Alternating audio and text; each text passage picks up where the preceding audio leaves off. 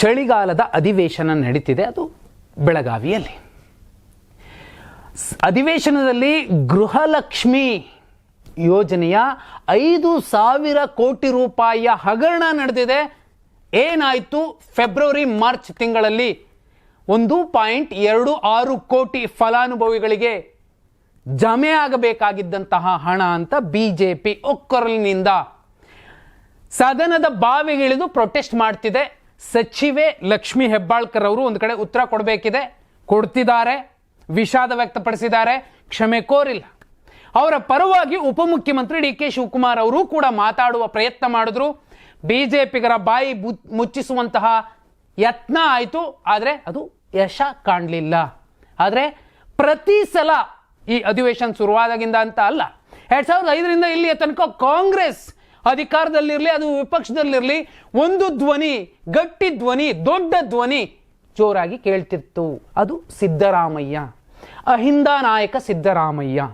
ಈ ಹಿಂದಿನ ಯಾವೆಲ್ಲ ಕಾಂಗ್ರೆಸ್ನ ನಾಯಕರು ತಗೊಳ್ಳಿ, ಅದು ದೇವರಾಜ ಅರಸು ಇರಲಿ, ಸಾರೆಕೊಪ್ಪ ಬಂಗಾರಪ್ಪ ಇರಲಿ, ಸಿದ್ದರಾಮಯ್ಯ ಇರಲಿ, ಅಹಿಂದ ನಾಯಕರು ಮೇಲ್ಪಂಕ್ತಿಯಲ್ಲಿ ಮೊದಲ ಸಾಲಿನಲ್ಲಿ ನಿಂತಾಗ ಅವರ ಧ್ವನಿ ಗಟ್ಟಿಯಾಗಿರುತ್ತೆ.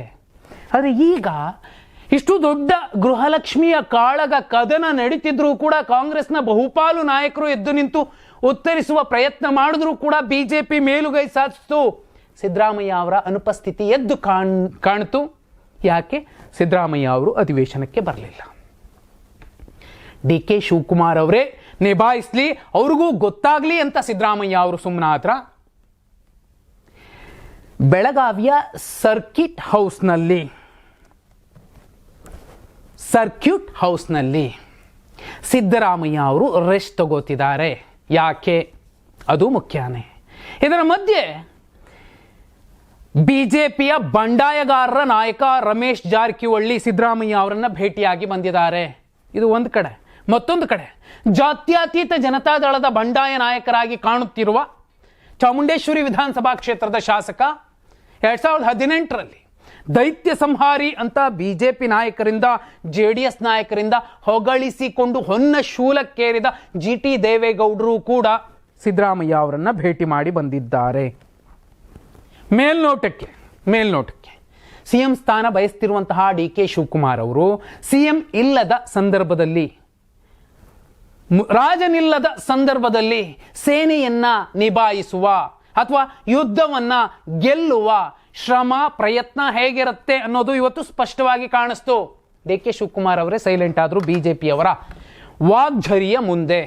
ಸಿದ್ದರಾಮಯ್ಯ ಅವರಾಗಿದ್ದರೆ ಚಿಟಕಿ ಹೊಡೆಯೋದ್ರಲ್ಲಿ ನೋಡಿ, ಅವರು ಹೇಳುವಾಗ ತಪ್ಪಾಗಿರಬಹುದು, ಕ್ಷಮೆ ಕೇಳ್ತಾರೆ, ಆ 2 ತಿಂಗಳದ್ದೇನಿದೆ ಅದು ಕ್ಲಿಯರ್ ಮಾಡ್ತೀವಿ ಅನ್ನೋ ಮೆಸೇಜ್ ಏನೋ ವಿತ್ತ ಸಚಿವರಾಗಿ ಅವರೇ ಕೊಡಬಹುದಿತ್ತು, ಕೊಡ್ತಿದ್ರು. ಅರೆ ಡಿ ಕೆ ಶಿವಕುಮಾರ್ ಮತ್ತು ಲಕ್ಷ್ಮಿ ಹೆಬ್ಬಾಳ್ಕರ್ ಅವರ ನೇತೃತ್ವದ ಡಿ ಕೆ ಬಾಣ ಏನು ಮಾತಾಡ್ಲಿಕ್ಕೆ ಆಗಲಿಲ್ಲ. ಕಾರಣ ಇಷ್ಟೇ, ಬೆಳಗಾವಿಯ ಸರ್ಕ್ಯೂಟ್ ಹೌಸ್ನಲ್ಲಿ ಸಿದ್ದರಾಮಯ್ಯ ಅವರು ರೆಸ್ಟ್ ಮಾಡೋದಕ್ಕೆ ಅವರಿಗೆ ಆರೋಗ್ಯದ ಸಮಸ್ಯೆ ಕಾಡಿದೆ, ಹೊಟ್ಟೆ ನೋವು ಅನ್ನುವಂತಹ ಸುದ್ದಿ ಈಗ ಹರಿದಾಡ್ತಿರುವಂತಹ ಸಂದರ್ಭದಲ್ಲಿ ನಿನ್ನೆ ಸಂಜೆಯೇ ಪೂರ್ವ ನಿಯೋಜಿಸಿರುವ ಕಾರ್ಯಕ್ರಮಗಳಿಗೆ ಹಾಜರಾಗುವುದಿಲ್ಲ ಅಂತ ಕಚೇರಿಯ ಮೂಲಕ ಒಂದು ಮಾಹಿತಿಯನ್ನು ಹೊರಡಿಸಿದ್ರು. ಯಾಕಂದರೆ ಗ್ಯಾರಂಟಿ ಯೋಜನೆಗಳಲ್ಲಿ ಒಂದಾದಂತಹ ಗೃಹಲಕ್ಷ್ಮಿ ಯೋಜನೆ, ನ್ಯಾಷನಲ್ ಹೆರಾಲ್ಡ್ ಪತ್ರಿಕೆ ಪ್ರಕರಣ ಮುಂತಾದ ಗಂಭೀರ ವಿಚಾರದ ಚರ್ಚೆಯ ಸಂದರ್ಭದಲ್ಲೂ ಸಿದ್ದರಾಮಯ್ಯ ಅವರಿಲ್ಲ ಅಂದರೆ ಏನರ್ಥ?